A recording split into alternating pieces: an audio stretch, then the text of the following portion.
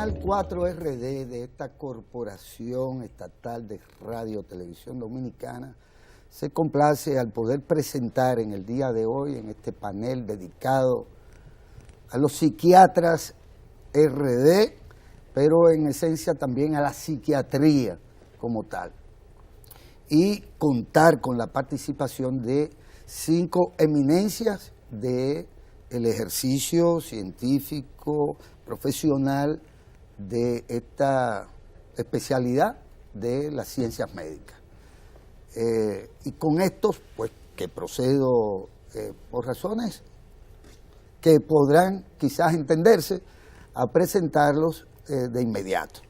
Se trata del doctor Fernando Sánchez Martínez, ex rector de la universidad, decano de la Facultad de Ciencias, director del Departamento de Ciencias Médicas, en fin, gremialista, presidente en su momento por igual de la Sociedad de Psiquiatría, ¿verdad?, de profesionales de la psiquiatría de la República Dominicana. Por igual, el destacado académico y psiquiatra, el doctor César Mella, una figura de la política por la que nunca ha renunciado al ejercicio de su vocación, que es precisamente la de psiquiatra, académico por igual, con un historial, bueno, que sobra de alguna manera también presentarle. Por igual, el doctor Julio Chestaro, quien preside actualmente la Sociedad Dominicana de Psiquiatría. El doctor Carlos de Los Ángeles, Carlos.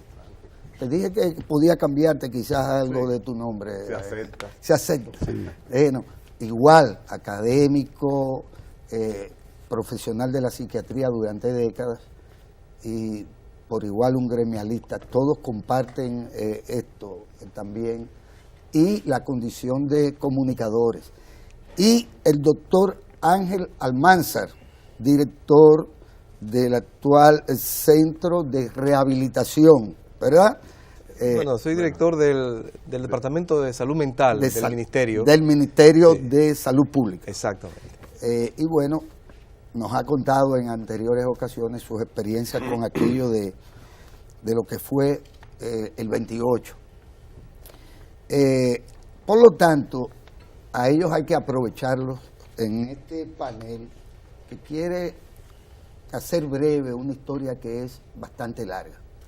Que si se quiere es la historia, la antropología del ser humano como tal.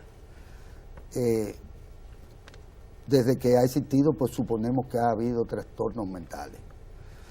Y que, como otras muchas enfermedades que la especie humana, o condiciones que la especie humana ha tenido que vencer o intentar de alguna manera contrarrestar en beneficio de los seres humanos, pues esto viene de lejos. Y yo quiero que cada uno de ustedes le dé una pincelada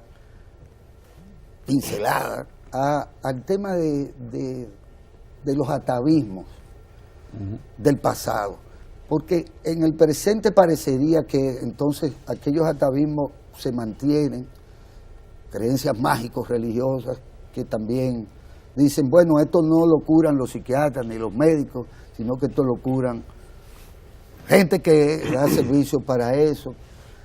Pero esto viene de para atrás, de muy para atrás misma de la ciencia médica, bueno, antes de Hipócrates y demás. Yo quiero que ustedes le den una pincelada a esto. A propósito de eso, hay un libro publicado hace muchos años por Fernando Sánchez Martínez, por César Mella y Dagoberto Tejeda, sí, La religiosidad popular, donde se citan muchos tipos de trastornos mentales, claro, que iban al brujo, lo cual ya no está ocurriendo hoy día.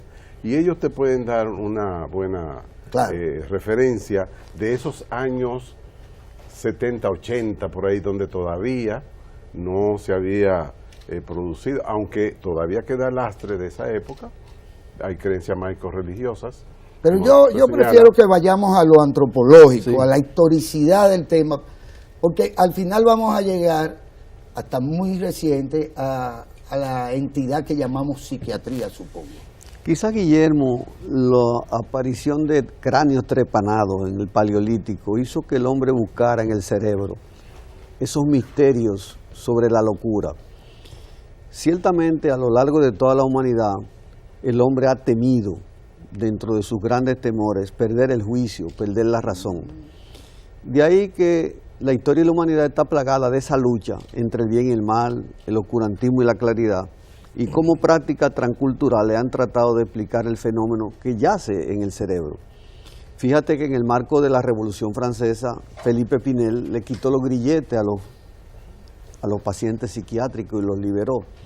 Es decir, que la psiquiatría, que es una de las más jóvenes de las especialidades médicas, ha tenido que bregar, luchar contra ese oscurantismo que señala. De cualquier manera, la psiquiatría dominicana tiene un largo recorrido, también para quitar esos grilletes, para quitar lo que es la sumisión, la sujeción forzada. Y en este momento hemos llegado a grandes progresos, tanto en la farmacología, la psicoterapia y la visión social comunitaria de la psiquiatría. Pero te doy la razón, y los compañeros me van a complementar, de que el recorrido ha sido una lucha por la claridad entre la ciencia y el oscurantismo. Pero en este momento estamos bien situados. ¿Qué tú crees, Fernando? Sí, comparto plenamente lo que tú dices y reitero que la psiquiatría tiene una historia breve, pero un pasado largo. Sí. Eso quiere decir justamente lo que decía Mella, que desde el Paleolítico había interés por descubrir qué es lo que pasaba con esa conducta bizarra que se presentaba en algunos seres humanos. Y desde el punto de vista racional, podemos decir científico, es en el siglo IV antes de Cristo que Hipócrates menciona por primera vez la histeria como enfermedad, como manifestación en algunas mujeres. Y entonces es muy reciente, digamos, en el siglo XIX a finales, que Emil Kraepelin, alemán, escribe un texto de psiquiatría. Y a partir de ahí comienza un desarrollo formidable, donde hoy hay una base científica incuestionable, lo cual no quiere decir que a nivel mundial no se presenten respuestas de religiosidad popular para algunos problemas psiquiátricos. Actualmente hay manifestaciones a nivel popular en la comunidad de familias de alguna persona que tiene algún tipo de trastorno mental que quiera, que cree y que prefiera que sea un oscurantista quien vea a ese familiar en lugar de ser un psicólogo o un psiquiatra. Pero cada vez esta práctica es menor y es mayor la cantidad de personas de la comunidad que creen, que prefieren, que buscan una ayuda científica especializada en psicología o en psiquiatría o en ambas a la vez.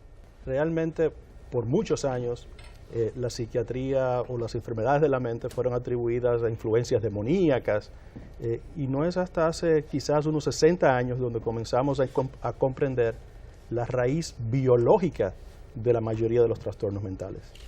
Eso quiere decir que como dice el profesor, el trayecto de cara al pasado reciente es corto, pero viene de muy para atrás, porque entre otras cosas me llama la atención.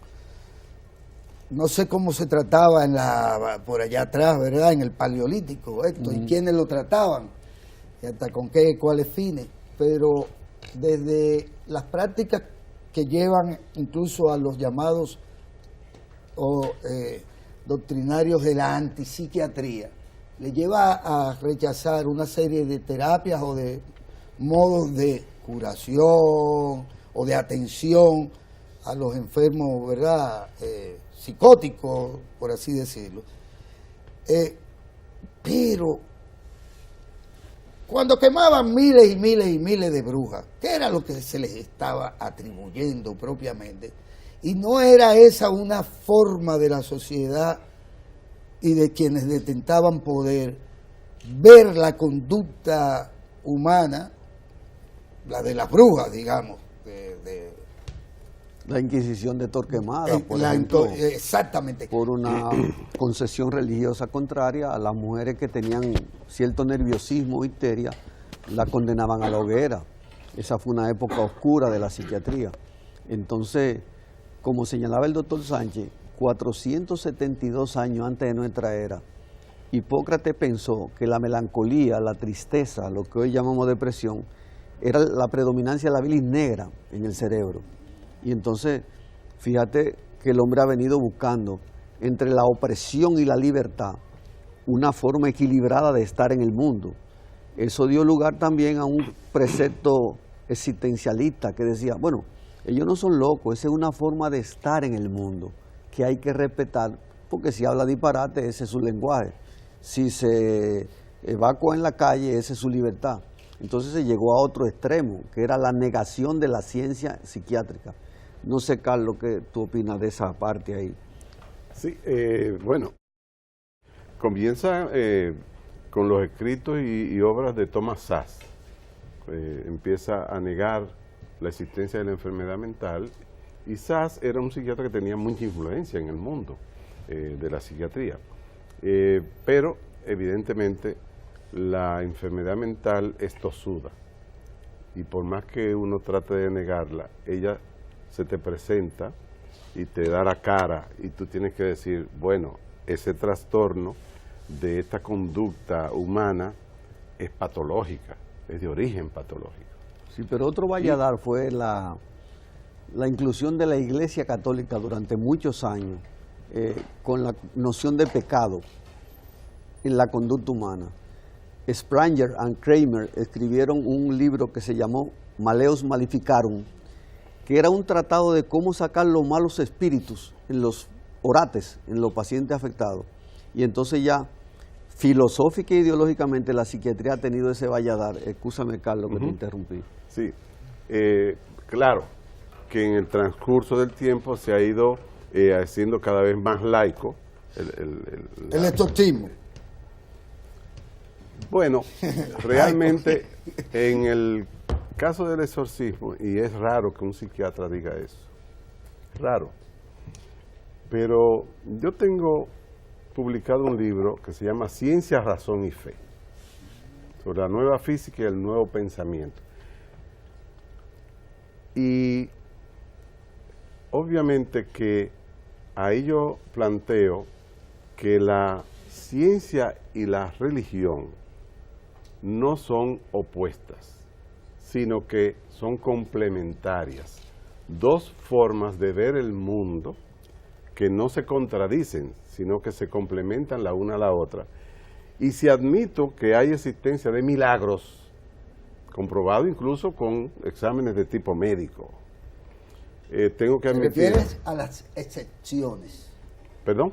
Que si te refieres particularmente a las excepciones que resultan de cualquier cosa que usted estudie, ¿verdad? Claro que se escapan a las reglas. Un tumor cerebral que está presente en una resonancia magnética y que luego cuando se va a operar se le vuelve a hacer y ha desaparecido, yo pienso que eso es un milagro. Sí. Puedo estar equivocado, porque infalible nadie, pero creo que del mismo modo que puede presentarse un abordaje de tipo religioso, metafísico, porque nadie se asombra cuando le dicen, con la meditación yoga, porque eso está de moda, el orientalismo, pero cuando le dicen que es católico, entonces ya hay digamos, un prejuicio. Bueno, pero yo creo que los estudios que han hecho César, Fernando y Dagoberto empezaron a arrojar luz sobre la práctica esta mágico-religiosa, simbólica en el país. De todos modos, lo más importante en el desarrollo de la psiquiatría como especialidad médica, que le dio dificultad para insertarse y ser reconocida como tal, es una concepción ya integral, biopsicosocial, biológica, psicológica y social. Y en ninguno de esos aspectos deben excluirse a la hora de uno abordar una persona. De manera que todos los textos de psiquiatría tienen un capítulo de religiosidad y psiquiatría. Y no se deja nada propio del ser humano fuera del estudio de la psiquiatría. En los congresos mundiales, Fernando, claro, también hay una sesión que es para religiosidad y psiquiatría, sí, sí, en los congresos mundiales. De manera que es una concepción ya global del ser humano. Exacto. Hubo un salto práctico importantísimo, y ya se comentó, cuando Kraepelin hace ese tratado y describe estos trastornos mentales, se dio un salto de contenido de calidad enorme. El primero. Sí. Y otro gran salto, un segundo gran salto, es cuando en 1952, no hace tanto tiempo, se consigue el primer medicamento, ¿verdad?, que sirve para tratar algunos problemas mentales. Antes del 1952 no habían tratamientos médicos psiquiátricos. Es cierto, incluso la aparición en los años 30 del electroshock, que es una terapia eléctrica sobre el cerebro para corregir desórdenes importantes del ánimo o de la conducta, fue un gran salto. Pero debemos reconocer también que en los años de principio del siglo pasado, la emergencia de Sigmund Freud con sus teorías sobre el inconsciente, sobre los sueños, sobre los chistes, sobre la represión y la sexualidad, fue un gran salto que, aunque revisado en la actualidad, ha sido la base de muchas terapias psicológicas. Por ejemplo, el doctor Sánchez Martínez habló de terapia biológica. Nosotros tenemos aquí en el doctor Chetaro uno de los más actualizados en la biología del cerebro, en tanto psiquiatría. Y en la parte social, nuestro exponente es el doctor Ángel Almanzar, que ha hecho una revolución con la ayuda de Fernando y de Ángeles en abrir las puertas del antiguo manicomio y convertirlo en un centro de ocupación y dignidad para los pacientes. Es decir, que para el teleauditorio amplío la concepción integral del doctor Sánchez: biológico, cerebro; psicológico, consejo, psicoterapia social, socioterapia, familia, orientación económica. No sé, Chetaro, si te deja provocar, de cuáles han sido los avances así más significativos en el conocimiento del cerebro.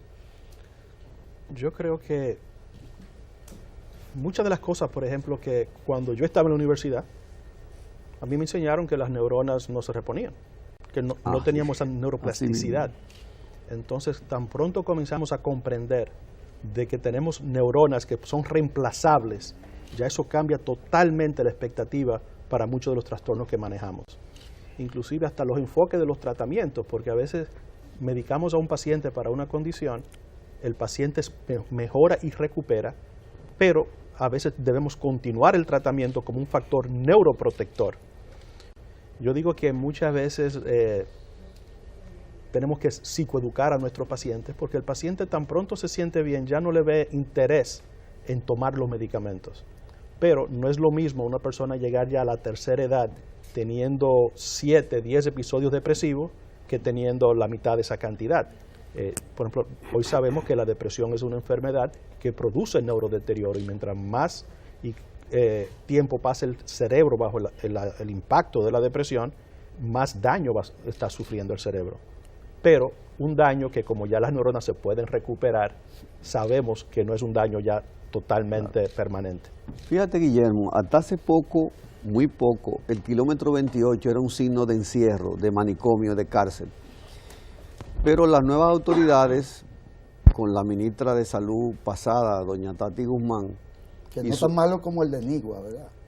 Bueno, era una herencia. Todavía las prácticas autoritarias y restrictivas eran la norma. Yo quisiera que el doctor Ángel Almanzar un poco explicara en qué consiste esa transformación, porque la gente del pueblo dice, bueno, ya cerraron el 28, pero ¿qué es lo que hay ahora? A ver, lo primero que hay que entender que lo que se está instalando en el país es una red de servicios en salud mental, que es una red compleja, que está en continua construcción y que no se detendrá ni se completará en mucho tiempo. De atención primaria. Desde la atención primaria.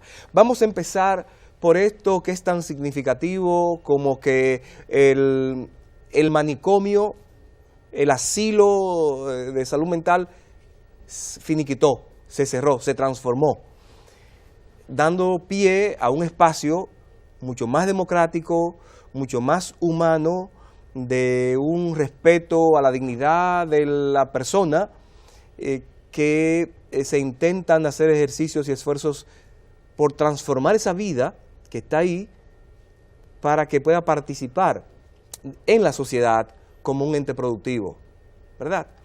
Eso es transformar lo que era el manicomio en este centro de rehabilitación psicosocial.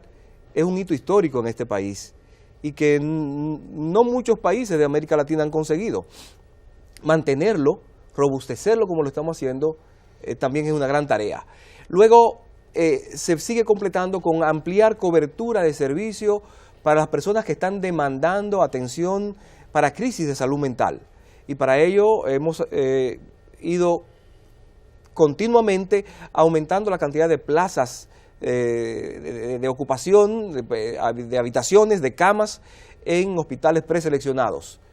Y de hecho, para 2020 ya tendremos todas las regiones sanitarias del país con al menos una unidad de intervención en crisis.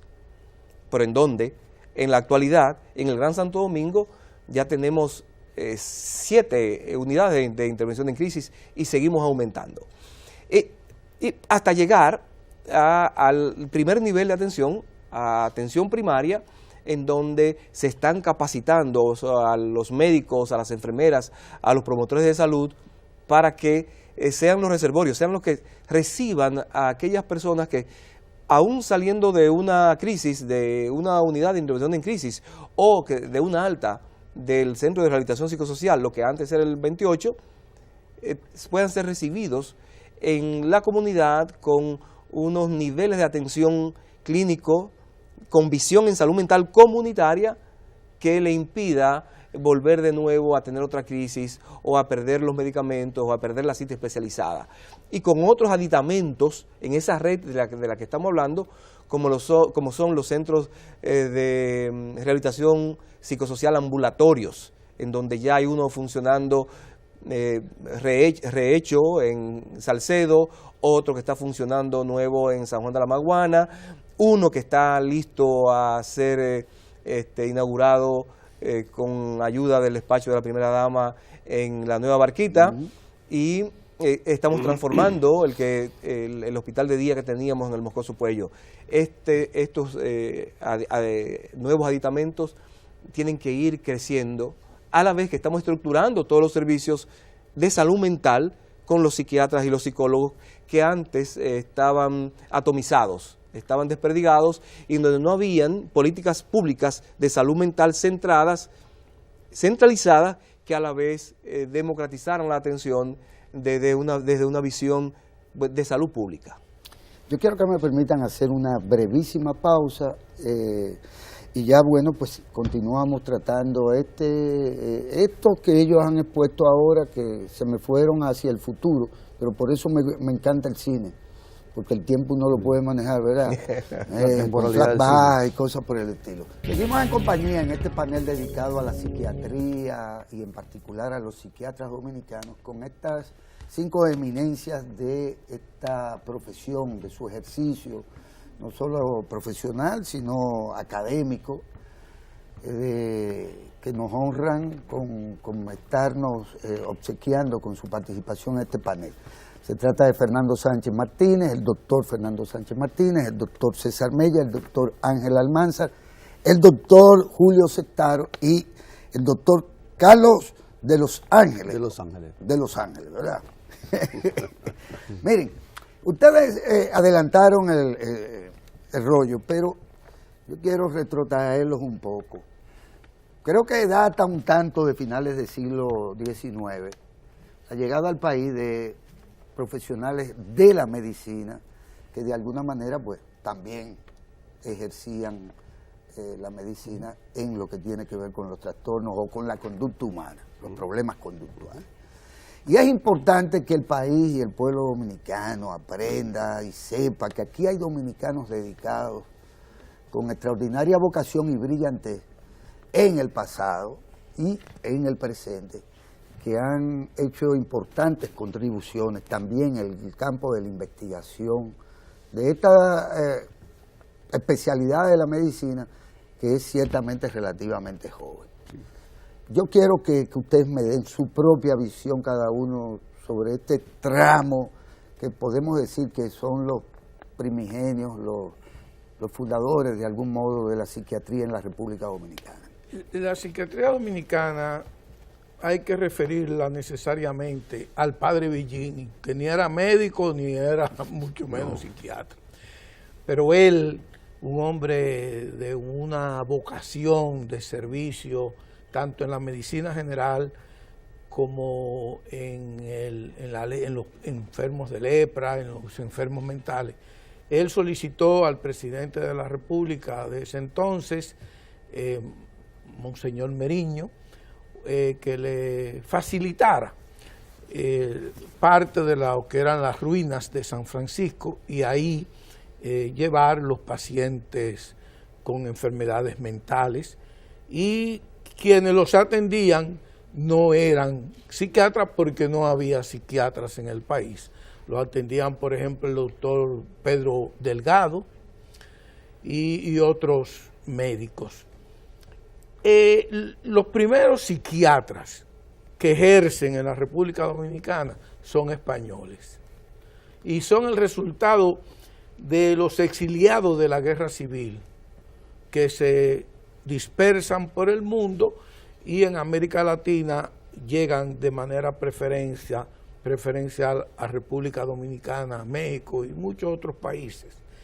Y entonces esos tres psiquiatras, Román Durán, Rafael Troyano de los Ríos,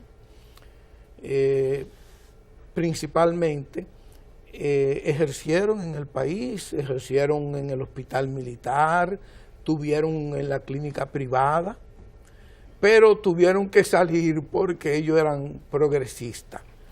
Román Durán eran republicanos, pero Román Durán era un militante del partido y entonces él incluso cuando se dio una manifestación en el 1946 en el Parque Colón, que surgían la Juventud Democrática y el Partido Socialista Popular, pues la policía reprimió esa manifestación y golpearon a algunas personas. Y el doctor Román Durán, que iba pasando por ahí, se lo llevó en su automóvil a su clínica.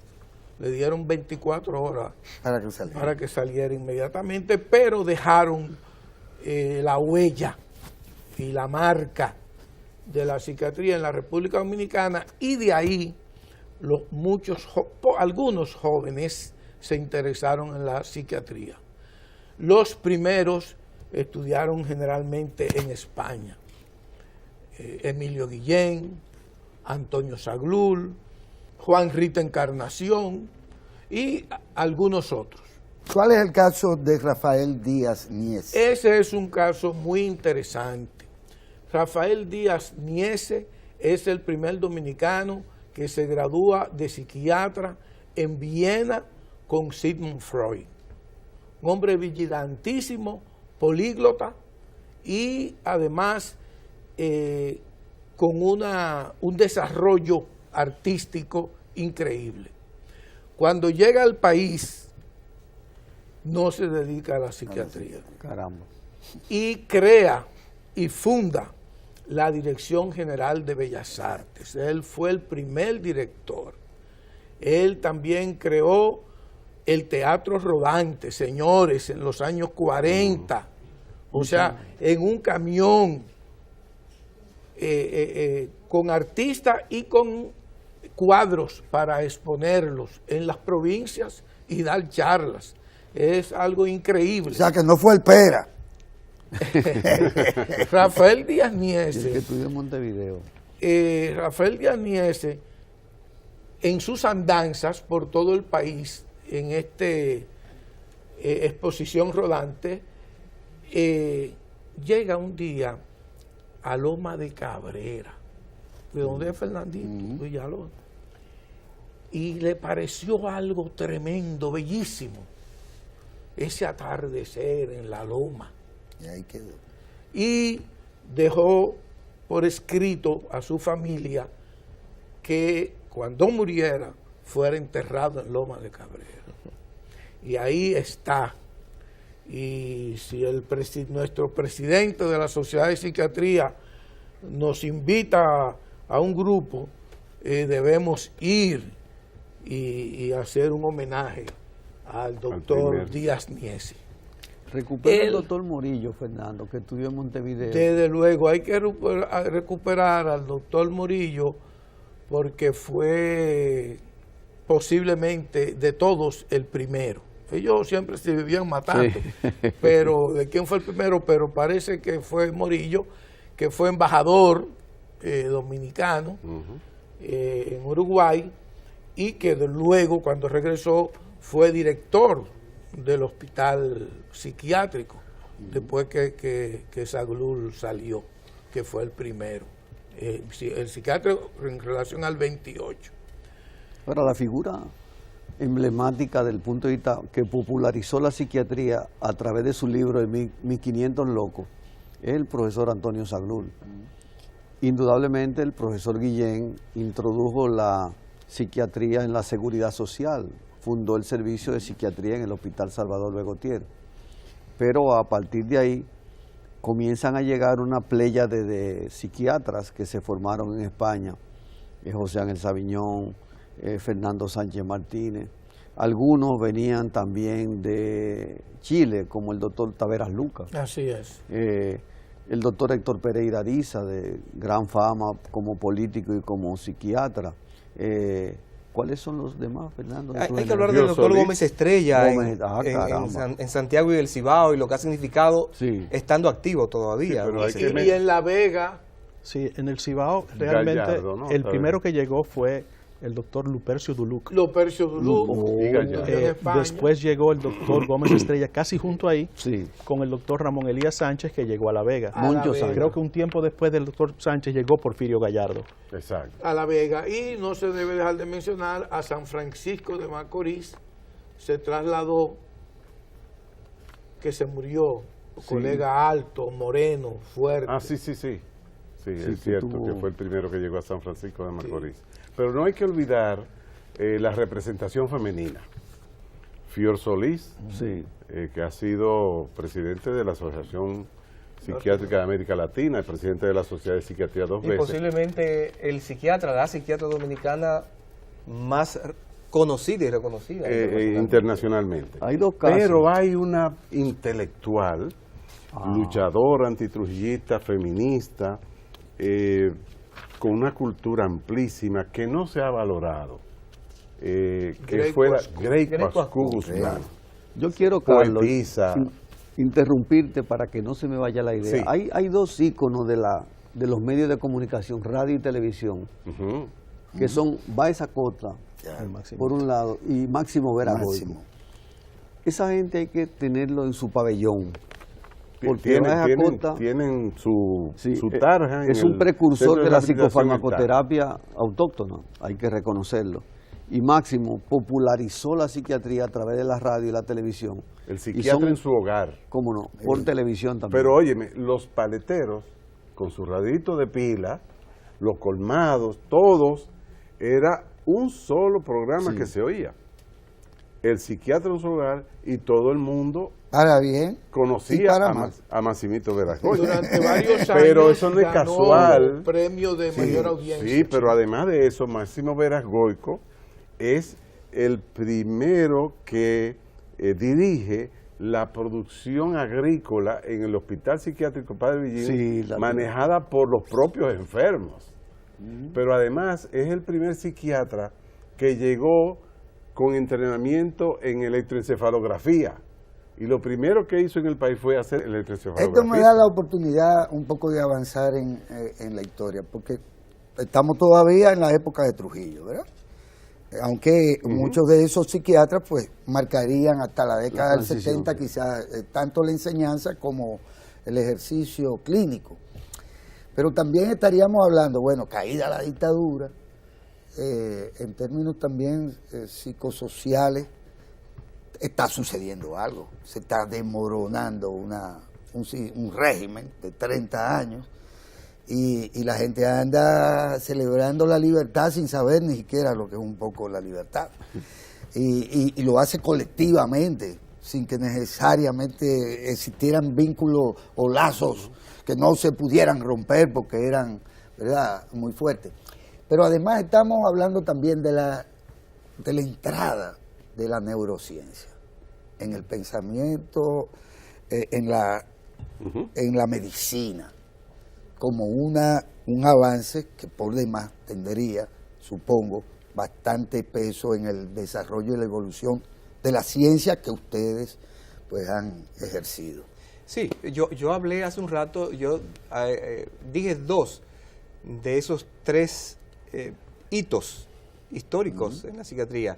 Y el tercer hito al que yo me quería referir era a las neurociencias, precisamente.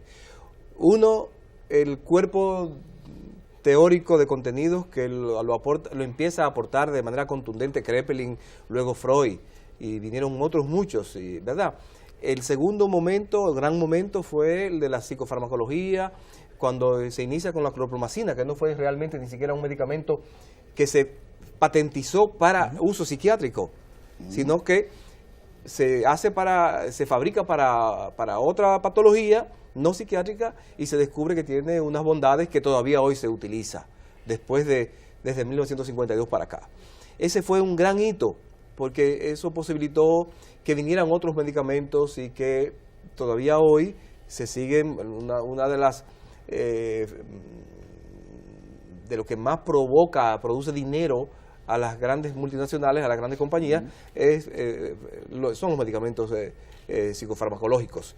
Y el tercer gran hito entonces viene a ser las neurociencias, y con este boom de unos años para acá, que permite auscultar, que permite escudriñar todo lo que está pasando en el cerebro y que dimensiona tanto la psiquiatría como la psicología, y que por lo tanto robustece la aproximación desde todos los puntos de vista, desde lo biopsicosocial, desde las ciencias de la conducta hacia el ser humano y a la comunidad.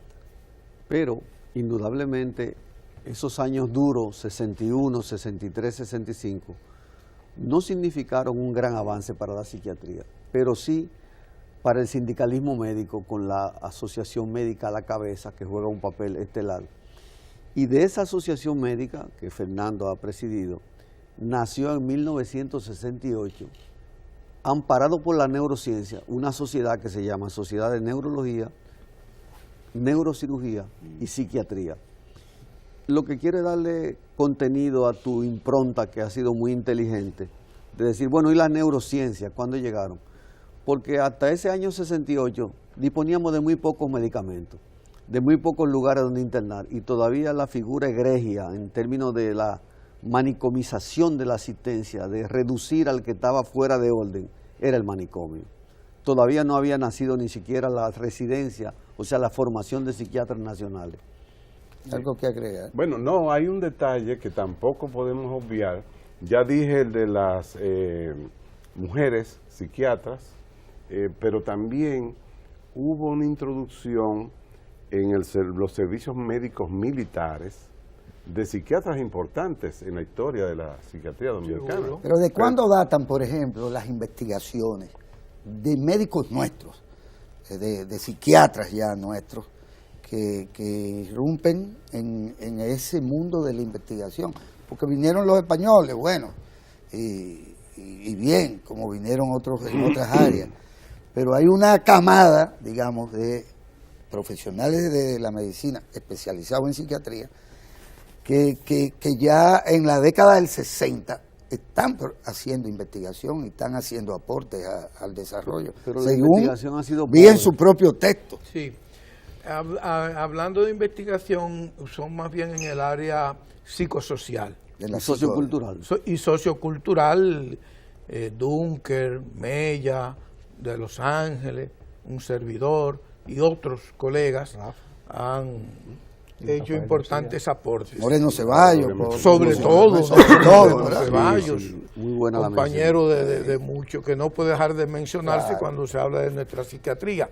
Pero quería señalar que en el caso dominicano, los hitos de la psiquiatría son la creación del hospital psiquiátrico, la llegada de los españoles, la llegada de los primeros psiquiatras dominicanos, El Congreso, maestro.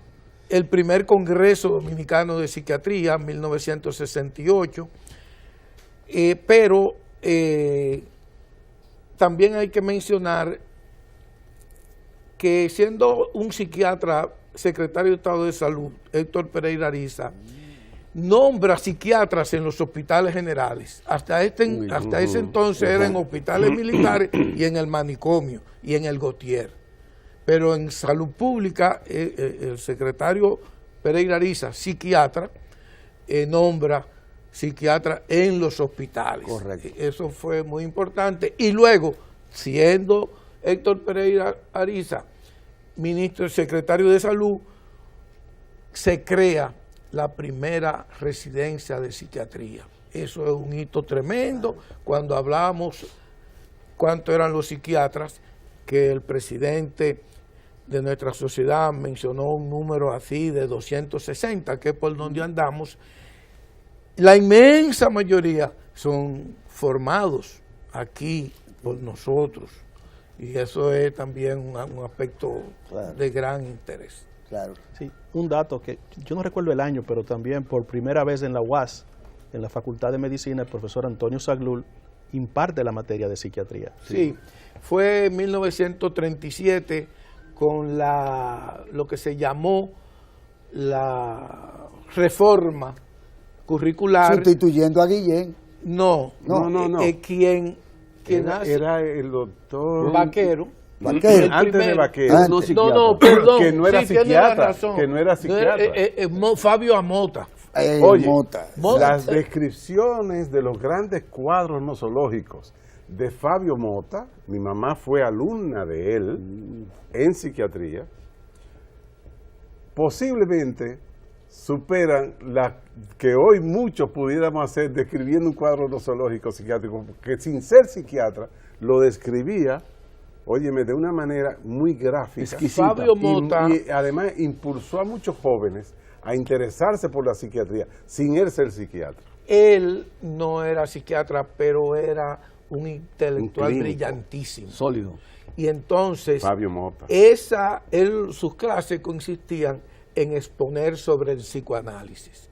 Y era maravillosa su intervención.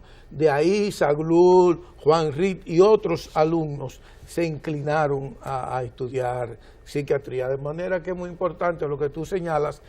El primer profesor de psiquiatría en la Universidad de Santo Domingo fue el profesor Fabio A. Mota, que no era psiquiatra, pero era un brillante expositor de temas psiquiátricos, y le siguió no Zaglul, sino Vaquero. Luis Manuel Vaquero. Fue el primer profesor de psiquiatría, y luego le siguió Zaglul. Ahora, con respecto a la investigación, puedo estar equivocado porque, claro, no puedo recordarlo todo, pero hasta el año 75, por ahí, las investigaciones eran, como dice Fernando, psicosociales, pero con una característica de que eran muy empíricas, cuando ya empieza a establecerse método estadístico, el método científico, el diseño estadístico de la investigación psicosocial, es cuando comenzamos los trabajos de investigación sobre alcoholismo. Rafael García Álvarez Fernando Sánchez, estaba yo, y había un estadígrafo de la Marina de Guerra, Villalba, apellido Villalba. Rafael Villalba, que era sociólogo y estadígrafo. Ahí trabajamos también desde estudiantes. Guillermo Alfaupión, que hoy es internista, y Roberto Fernández de Castro, que hoy es cardiólogo. Pero fue de lo que investigamos junto con Fernando Sánchez y ese equipo, los primeros trabajos de alcoholismo en el país, con Rafael García incluido. Luego, entonces, este señor que tenía el grupo de investigaciones de opinión, que era Ideas, un grupo, Hernández, que tiene un libro sobre alcoholismo. Fran Marino Hernández, sociólogo, junto con Rafael García. Entonces, después de ese primer estudio de alcoholismo, publican... Y a propósito de un familiar de él también, de Villón Hernández. Que fue el primero que se graduó de Alcohólico Anónimo. No fue el primero, no fue el primero, pero fue el más mediático. La OMS con la Kataski, que vino a una consultoría en el 75 de alcoholismo también, y después vino de Chile Marconi. El maestro Marconi. Estuvimos ahí con él todo. Pero fíjate, y después se creó Gatquerea también.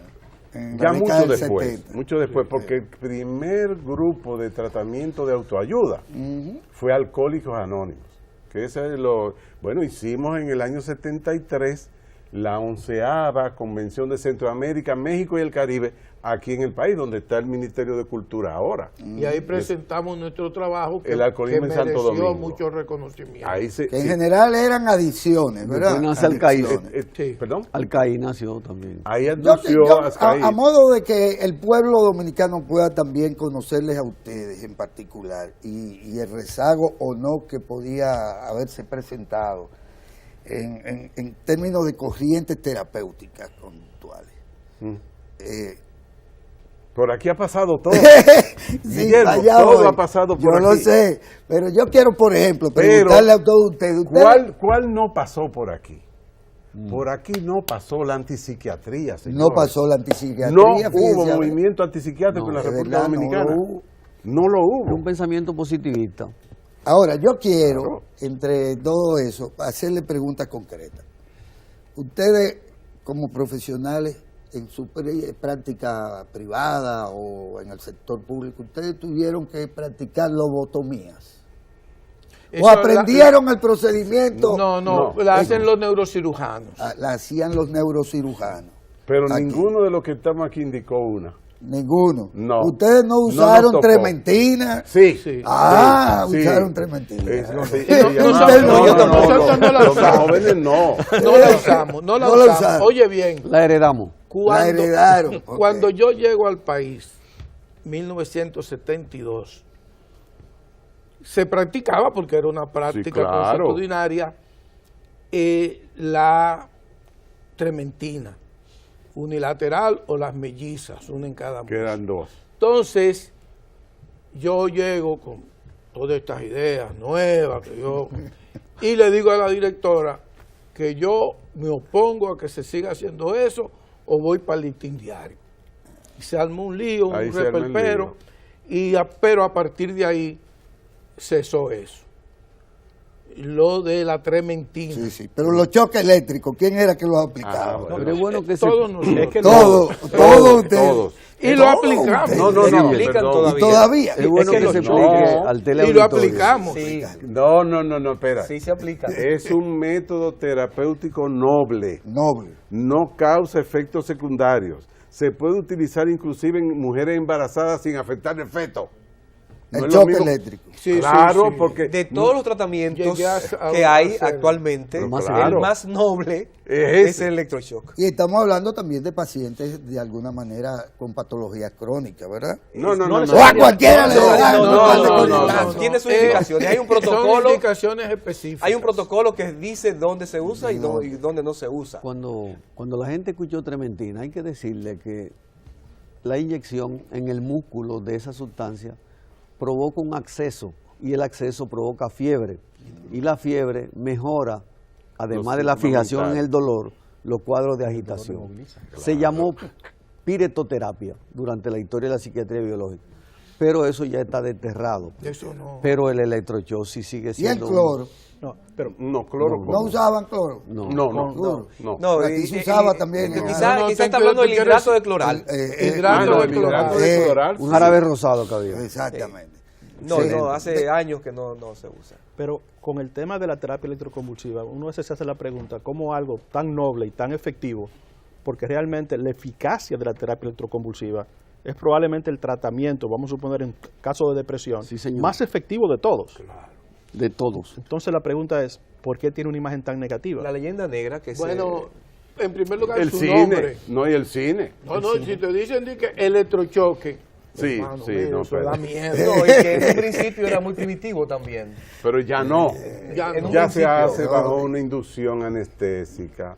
No hay la cantidad de convulsiones que habían. Los equipos han mejorado porque la tecnología Claro. ha mejorado. Y estamos hablando de una terapéutica mundial. No estamos hablando de que se Mundialmente usa en aceptada. República Dominicana, sino en todo el mundo se utiliza. No es un castigo. Los químicos ¿No entienden. es, Guillermo? Sí. Es que no podemos ver el electroshock como si fuera un castigo. Te portaste mal en el hospital, lleven, no.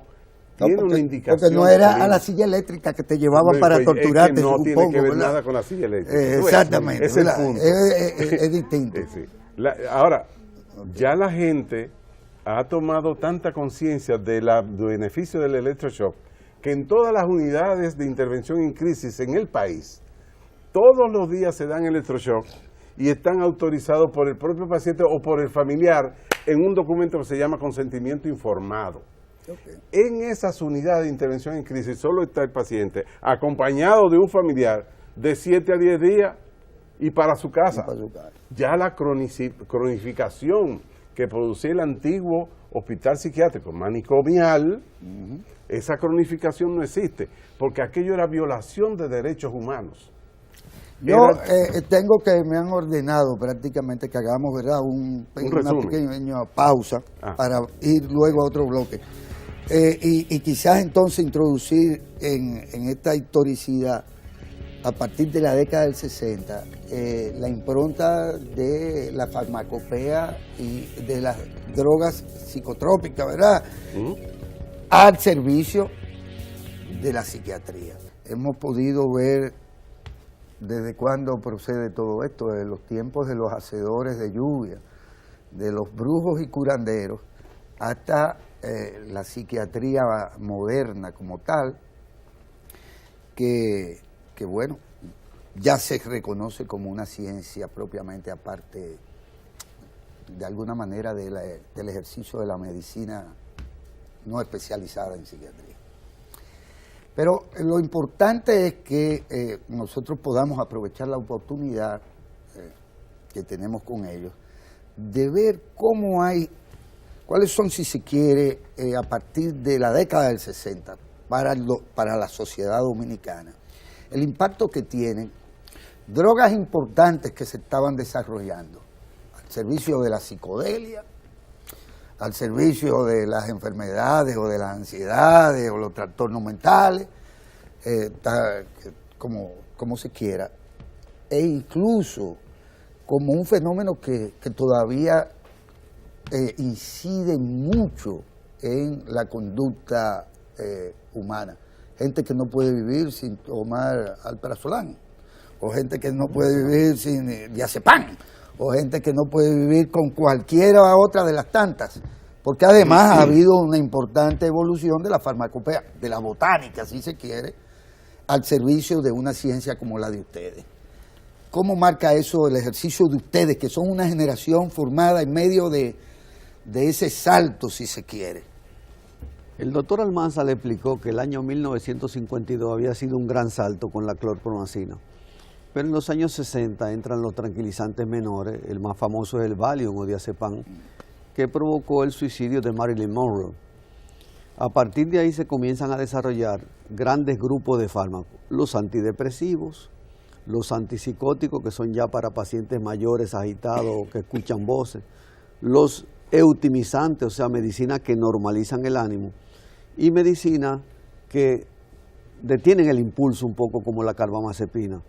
Pero en este momento yo te diría que lo que disponemos los psiquiatras dicta mucho de hace 30 o 40 años. Y lo que hay que ser cauteloso, porque como tú bien planteas, de ahí a la adicción, al acostumbramiento. Ahora, la farmacopea botánica o naturista o natural también tiene sus pros y sus contras. Yo quisiera que el doctor Chetaro, que posiblemente se está actualizando siempre en el exterior sobre el tema, me complementara. Sí, realmente nosotros hoy en día en República Dominicana tenemos un beneficio, y es que prácticamente todos los medicamentos que existen en otros países lo tenemos aquí. Y eso es de gran ayuda para nosotros, pero también de gran beneficio para el paciente. Sí, creo que todos los que me acompañan estaremos de acuerdo en una cosa: nos gustaría todavía tener mejores moléculas, pero con las que tenemos podemos hacer un buen trabajo. Hoy en día, por ejemplo, el concepto que tenían muchas personas, que a veces eso hasta evitaba que asistieran al psiquiatra, porque yo no quiero que me tengan asonsado, yo no quiero que me tengan adormecido. No. Podemos medicar a los pacientes y los pacientes estar activos y haciendo su vida prácticamente normal. Claro. Y eso fue un gran salto que se comenzó con un tipo de antidepresivo, que en ese tiempo solamente se entendía el aspecto de antidepresivo, y después también se descubrió que trabajaban sobre la ansiedad, que son los inhibidores selectivos de recaptura de serotonina. ¿Qué desventaja tienen estos medicamentos? No tienen un efecto tan rápido como esas que tú mencionaste ahorita, como el alprazolam o un Valium. Pero ¿qué ventaja tienen? No te crean dependencia. Okay. Entonces, uno muchas veces lo que hace es que combina ambas por corto tiempo y después retira rápidamente la que tiene el potencial adictivo. Sí, yo quiero plantear lo siguiente para que quedemos claros ante los que nos están viendo y escuchando. Claro. No todos los medicamentos psicofarmacológicos producen esa dependencia, esa adicción. Lo que básicamente provocan dependencia son los ansiolíticos. Y por eso el doctor Chetaro hace la diferenciación entre la combinación de un antidepresivo y un ansiolítico y prontamente retirar el ansiolítico. Porque, y eso tiene que quedar claro, los antidepresivos no provocan dependencia. Excelente. Bien, entonces puede haber resistencia de cualquier persona a la indicación de un antidepresivo, porque yo no quiero quedarme fijo a ese medicamento y que me provoque entonces que yo no pueda dejarlo nunca. Eso no se produce con un antidepresivo. Guillermito, se nos acusa a los psiquiatras de patilleros. Sí. No todo paciente que llega a una consulta con el psiquiatra sale con una receta de medicina. Hay muchos casos que se pueden manejar con consejos, con psicoterapia. O con un placebo. Bueno, ya no eso es... Ya no se usa. Ya no. Pero no, con cambios en estilo de vida muchas veces. Sí. Por ejemplo, cambio de estilo de vida. Vemos muchas personas que están manejando altos niveles de estrés, y la solución al estrés no es darte una pastilla para tener menos estrés, es hacer los cambios para disminuir el estrés en tu vida. Seguro. Esto me lleva también a la condición humana un tanto, a lo gregario que es el hombre, y cómo el entorno social es un factor fundamental en la conducta de la gente. El hombre no está para vivir solo, por así decirlo. No lo ha querido hacer nunca, y cuando lo hace lo tiene como un tema, un problema. ¿En qué medida entonces hay que ver esto, el de la conducta humana individual, también como resultado de una estructura social, familiar, que te acompaña o que no te acompaña, o que simplemente, es más, hasta conduce al detonante de una serie de situaciones que bien podrían ser distintas o manejadas de manera más eficaz? No voy a responder esa pregunta, lo que quiero es hacer un reconocimiento, que te conozco desde niño. Has hecho un rol de entrevistador magnífico. Gracias. Te ha tirado 5 psiquiatras sin... Eso de los factores sociales me gustaría que fuera Fernando que lo tocara. Hay una frase contundente en psiquiatría social. Las normas, valores, costumbres y comportamientos de las personas obedece a los modos y relaciones de producción. En español, Me salió el marxismo. Del marxismo de ahí. No, de donde tú vienes, sí, de tu clase social, de tu sector social, es que viene tu conducta. Cómo se comporta ese grupo, tú eres el resultado de ese comportamiento. Ahora, la naturaleza humana, como tú dijiste, es gregaria. Por su propia naturaleza, la gente se busca. Y cuando van al extranjero, tú ves los grupos del mismo lugar de donde proceden. Y esto hace que sea tan importante el papel de la familia para el comportamiento humano y el papel de la comunidad. Tanto es así que hoy día el privilegio de la psiquiatría es la psiquiatría comunitaria. Es decir, donde tú trabajas, el profesional de la salud mental, psicólogo, psiquiatra, con la madre embarazada, con los niños en la escuela, con los adolescentes, con los envejecientes. Grupos pero no vulnerables. con todos los grupos vulnerables en la comunidad. Pero no para tratar problemas, es para tratar su vida. Una mujer embarazada, entre todas, ¿cómo te va? ¿Qué tú haces? Ya hiciste la mediecita al niño. No, yo no la sé hacer. Ah, pero ven para enseñarte. O sea, todo eso se hace y lo hacemos en y la promover psiquiatría. Que su chequeo prenatal no falle para prevenir precisamente. La salud mental comunitaria no es más que construir una malla, un soporte social, una red social. Y como política pública, lo que el Ministerio de Salud se ha planteado en salud mental es un enfoque en salud mental comunitaria con respeto a los derechos humanos de las personas. Y a mí me gusta poner este ejemplo siempre. Llama tanto la atención los suicidios en la sociedad. Y siempre se le demanda a salud pública que se paren los suicidios. Y nosotros le devolvemos la pelota, pero participando en el juego de la pelota. Y le decimos, ¿es posible tener un psiquiatra o un psicólogo en cada familia, en cada comunidad del país? No. Imposible. Eso no es posible. Lo que sí es posible es que haciendo esa red comunitaria, la familia, la comunidad donde está insertada esa familia, en este espacio físico donde hay muchos colaboradores, muchos trabajadores, muchos empleados que se conocen, en el colegio, en la universidad, se vaya estructurando esa malla social que permita posibilitar identificar a aquella persona que tiene un trastorno de depresión, por ejemplo, para que se le pueda facilitar que un personal de salud calificado, psicólogo, psiquiatra, atienda a esa persona y se pueda yugular, se pueda mitigar, se pueda evitar que esa depresión se convierta en un intento suicida o en un acto suicida. Entonces, ese es el enfoque en salud mental comunitaria. O doctores, siempre se ha dicho como que el hándicap de la medicina en la República Dominicana está asociado a la capacidad diagnóstica.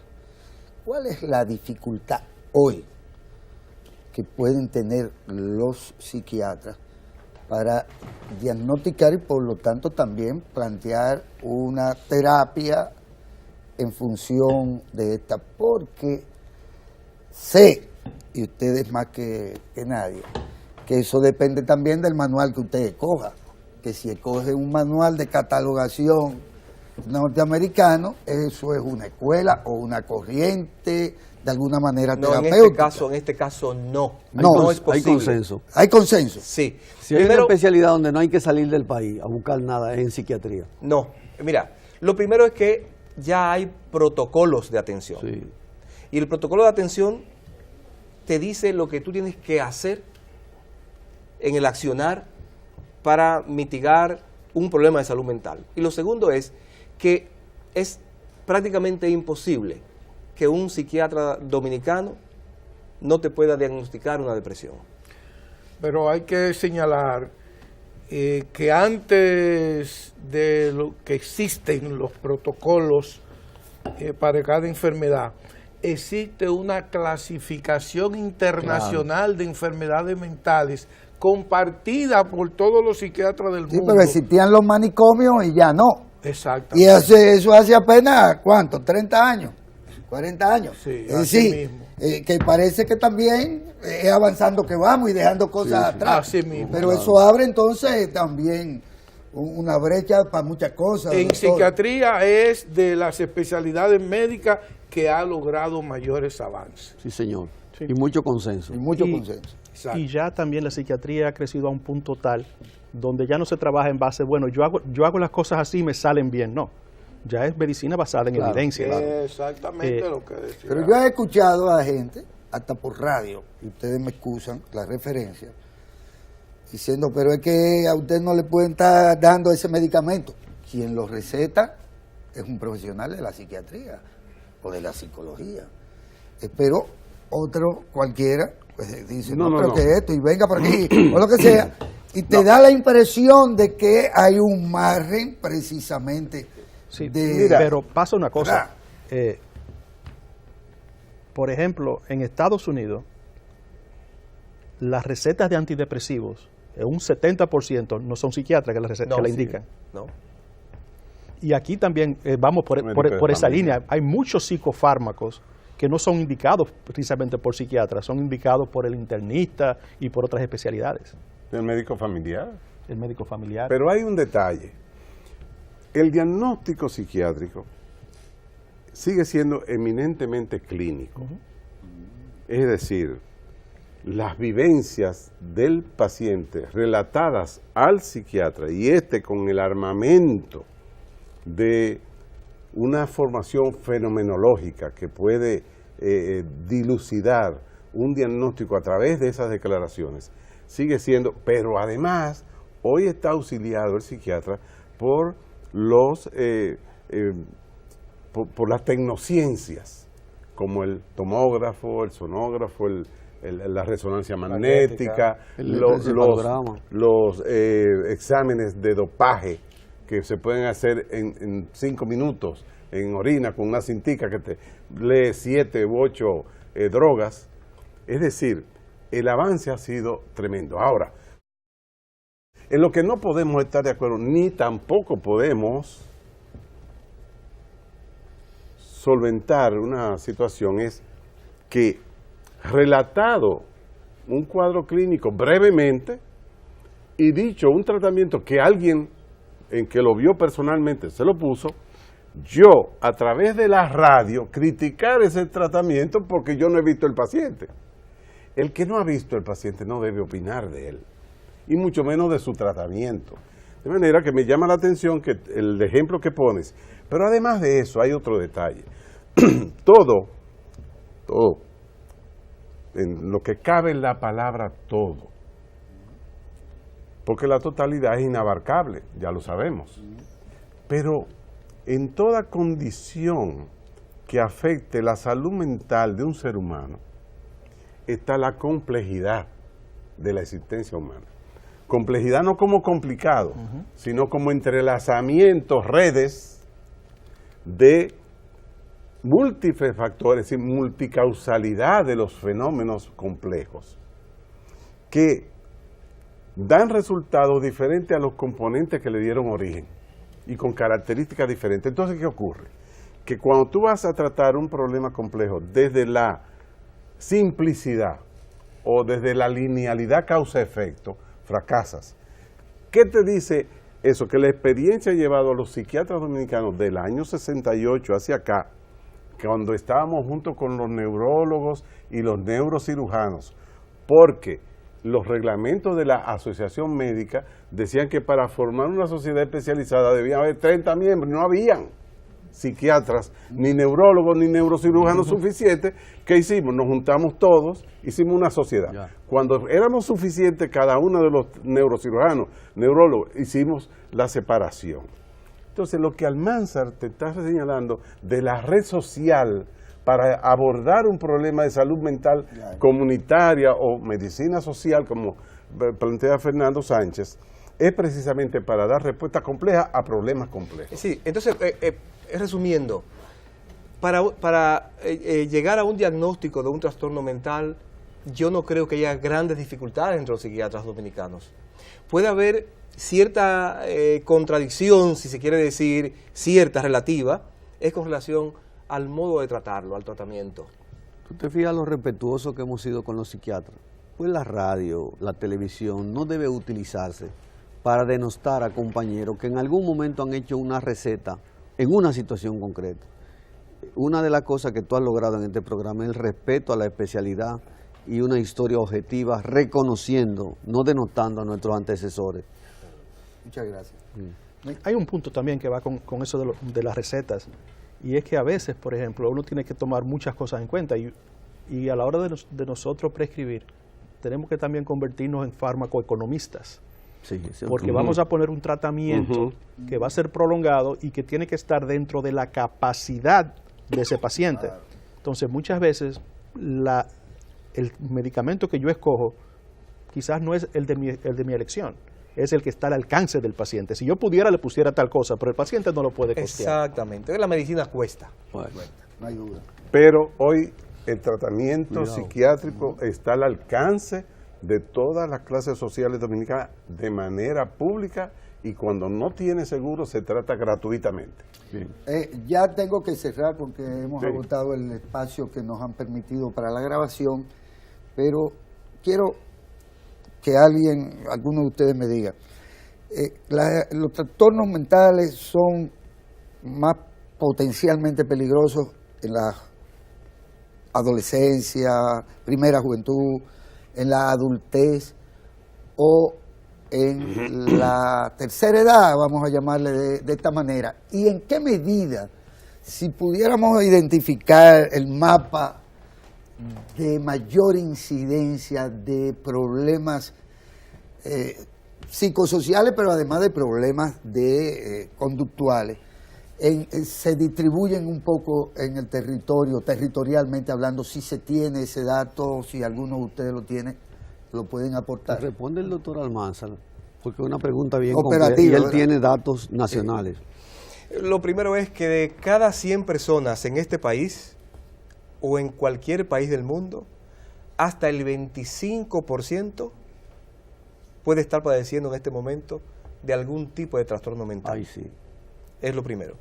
Lo segundo es que hay trastornos mentales que se ceban en una franja de la población. Por ejemplo, sabemos que la temida esquizofrenia es una enfermedad que debuta en gente joven. Bien, sabemos que hay otros trastornos mentales que son típicos de niños de muy tierna edad. Sabemos que la depresión, que la padece el 4,7% de los dominicanos, ¿verdad? Tiene una franja entre los 15 y los 29 años que le impacta mucho, pero que se sigue manifestando aún después de los 65 años. Y que es un riesgo siempre cuando una persona de esta edad se va de jubilación y si no tiene factores de protección, puede caer en depresión.